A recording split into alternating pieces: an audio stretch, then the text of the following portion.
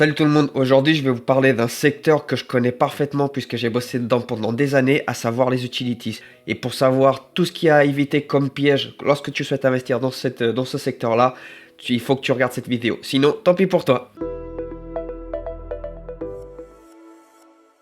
Alors, faut savoir que les utilities ou les services publics, vous êtes en contact quotidiennement avec, que ce soit des espaces verts au bâtiment. Il y a énormément de sociétés qui sont cotées en bourse, donc vous êtes en contact permanent sans même vous en rendre compte. Faut savoir que malgré que les contrats en fait soient toujours les mêmes pour la plupart du temps, parce que ça soit au niveau de l'entretien des bâtiments et de l'urbanisme, au niveau des espaces verts, les chantiers restent toujours les mêmes, mais il y a une forte cyclicité au niveau des sociétés. Qu'est-ce que ça veut dire?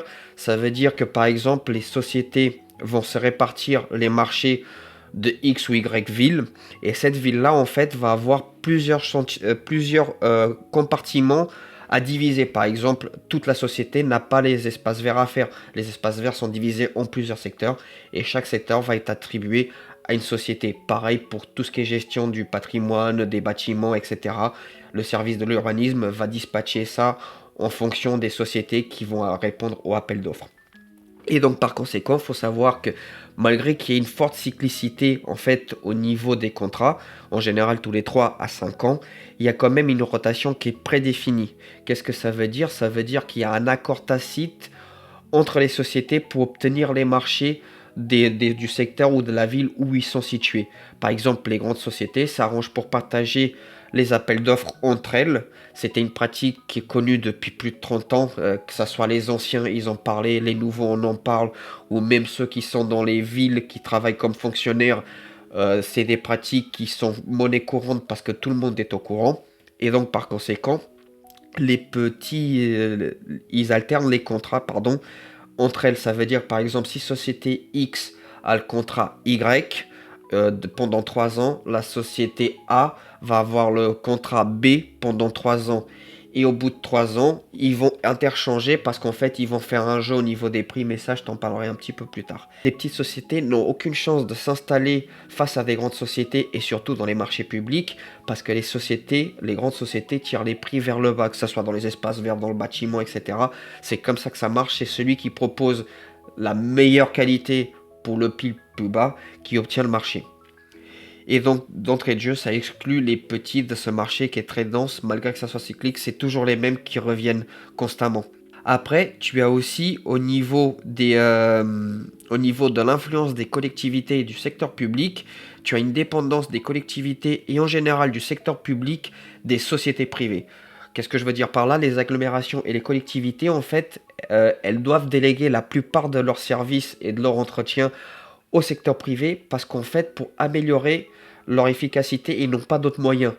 Par exemple, le cas personnel, il y a quelques années, quand on bossait dans une ville, les fonctionnaires, donc les jardiniers qui travaillaient pour la mairie pour faire une tâche X, ils mettaient 3 semaines, nous on a mis 5 jours. Et pourtant, et après les mecs ils disent ouais mais du coup ça nous vole le boulot, etc. En fait non, c'est juste que nous, si on peut gagner beaucoup plus d'argent, c'est parce qu'on bosse beaucoup plus vite et qu'on est beaucoup plus efficace. Et c'est pour ça que quand tu es bon dans le secteur privé, tu peux avoir des salaires qui sont assez compétitifs par rapport au secteur public ou même par rapport à tes collègues. Mais bon, ça c'est un autre débat, si vous voulez, je vous en parlerai un peu plus tard. Et il y a aussi une sorte d'inertie au niveau des fonctionnaires parce que moins ils en font, mieux ils se portent. Et donc forcément, c'est le serpent qui se mord la queue. Le secteur privé va obtenir de plus en plus de chantiers parce que de toute façon, le secteur public et les fonctionnaires, en fait, techniquement, enfin, quand tu les vois sur les villes, c'est le cliché qu'on peut entendre souvent, c'est pas des clichés. Les mecs, si tu les vois, ils sont à 2 à l'heure, ils marchent. Enfin bref, ça c'est un autre débat. Et donc, il y a aussi, pour revenir au niveau de l'influence des collectivités et du secteur public, tu as la passerelle entre le public et le privé. Alors, le pantouflage et leur casage, ça n'existe pas que dans les autres sphères de l'État. Ça commence vraiment au tout petit niveau. Ça commence même au sein des mairies, des petites communautés d'agglomération. Qu'est-ce que je veux dire par là? C'est que on est tous au courant, dès que tu travailles là-dedans, le secteur public, parfois, envoie des gens dans le secteur privé et vice-versa. Par exemple, tu as des cadres ou des conducteurs de travaux qui en ont marre de travailler dans le secteur privé, qui se retrouvent à passer les concours pour devenir responsable dans le secteur de prédilection où ils travaillent, dans le secteur public. Et donc, étant donné qu'il y a un échange de bons procédés, forcément, vu que tu vas faire manger les copains, comme on dit, donc si jamais tu as travaillé dans X société, forcément, d'instinct, tu vas la privilégier. Et vice versa. Et venez pas si jamais quelqu'un qui regarde cette vidéo là qui est dans ce genre de cas, venez pas me dire le contraire parce qu'on est tous au courant les mecs, hein.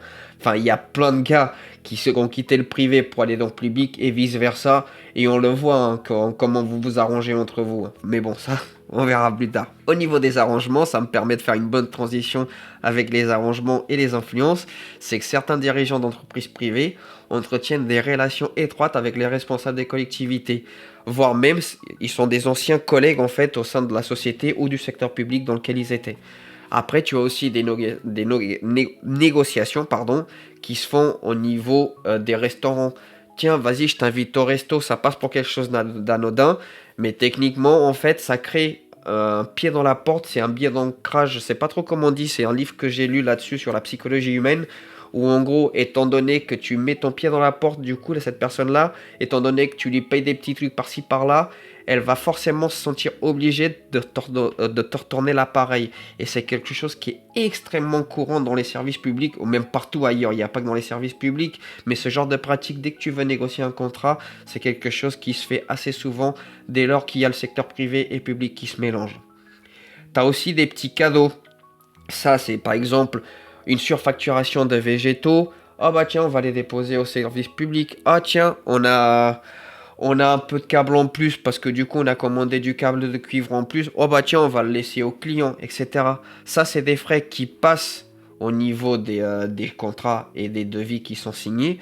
Mais en fait, ces trucs-là ne va jamais aux collectivités ou au chantier même. En fait, soit il est réparti entre les personnes qui sont concernées dans ce contrat-là, soit c'est réparti en fonction de ce que chacun veut. Mais c'est quelque chose qui est très courant. Moi, j'ai travaillé dans une société où en fait, nous, on s'occupait de la partie électrique. Tu avais une autre partie qui s'occupait de la VRD. Les deux sociétés faisaient partie de la même filiale, faisaient partie de la même holding. Mais nous, on faisait signer des papiers parce qu'on leur fournissait des câbles prémontés pour installer un certain truc. Et du coup, ils revenaient 2-3 fois, le responsable de l'autre société revenait 2-3 fois. Ah non, ça a été perdu, etc. Donc tu passes ça en perte ou en vol. Et techniquement, en fait, le cuivre, en fait, il disparaissait. Et du coup, toi, quand tu disais à ton responsable, attends, là, il abuse. Enfin, ça fait 4 fois qu'on lui donne le truc. Il disait, non, mais t'inquiète, c'est pas grave. Donc c'est ce genre d'arrangement, en fait, et ce genre de détournement déguisé, et ce genre de pot de vin qui peut être très tendancieux. Il y en a partout, que ce soit dans les espaces verts, lorsque tu négocies des contrats pour les réseaux électriques, etc. Et donc il faut faire très attention à ces choses-là lorsque tu investis. Il faut surtout voir au niveau des ratios, mais ça je te l'expliquerai un peu plus tard.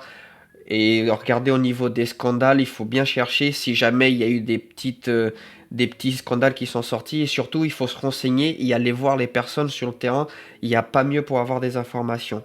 Les sociétés, pour qu'elles obtiennent aussi de la rentabilité, tu as plusieurs pratiques dans les secteurs publics ou privés pour augmenter la rentabilité. C'est le gonflage des devis.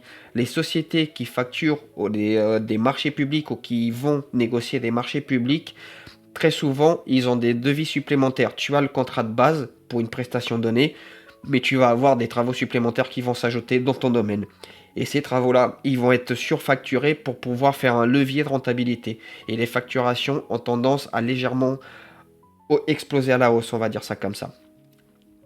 Et les sociétés qui négocient aussi au niveau des services publics, là où elles gagnent de l'argent, et c'est surtout ici qu'elles gagnent de l'argent, c'est dans les prestations non facturées. Qu'est-ce que je veux dire par là? C'est que beaucoup de contrats sont signés au prix coûtant, voire même à perte, et c'est dans les passages qui ne font pas qui gagnent de l'argent. Si tu factures 10 passages et que tu en fais que 5, littéralement, tu as gagné de l'argent. Et c'est comme ça qu'énormément de sociétés, pour ne pas dire toutes, fonctionnent, surtout dans les espaces verts. Et les mecs qui regardent cette vidéo, qui travaillent dans les espaces verts, qui c'est pas vrai. Ouais, on le sait. Nous, ceux qui travaillent sur le terrain, on le sait. Surtout, je parle à ceux qui seraient dirigeants de ce type ou des conducteurs de travaux et qui viennent me dire dans les commentaires, non, c'est pas vrai. Si, on le sait que c'est vrai. C'est comme ça que ça marche. Et vous le savez très bien.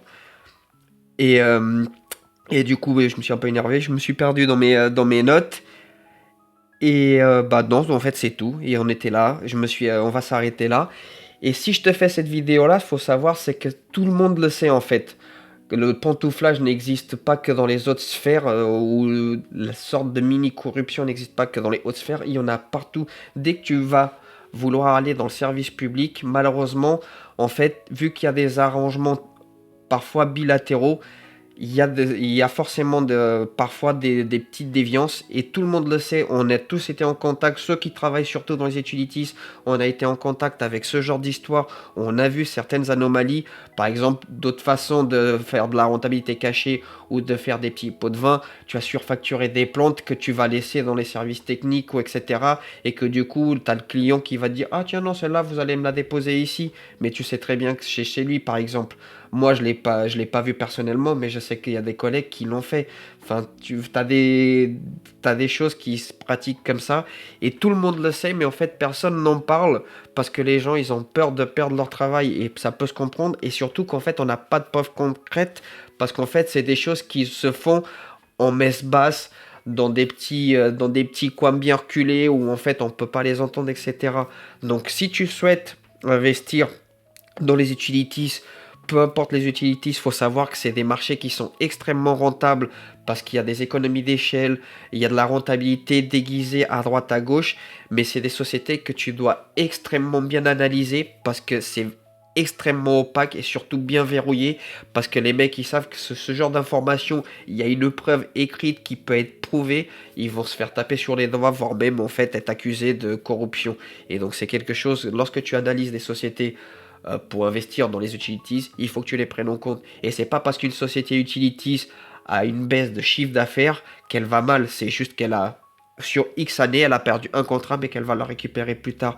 Et donc, quoi qu'il arrive, si jamais cette société, au niveau de son cours, ça baisse, et ben c'est peut-être, si jamais tout va bien au sein de cette société au niveau des fondamentaux, c'est peut-être une bonne occasion d'investir. Voilà, c'est encore un peu cafouillis, parce que forcément, j'ai pas de script, et justement, je m'entraîne pour vraiment être au plus à l'aise possible devant la caméra, tout en partageant mon expérience personnelle. N'hésite pas à t'abonner et à liker si t'as encore aimé ce contenu. Je te dis à bientôt. Chaîne DPC aujourd'hui pour écouter bien. Ciao les amis.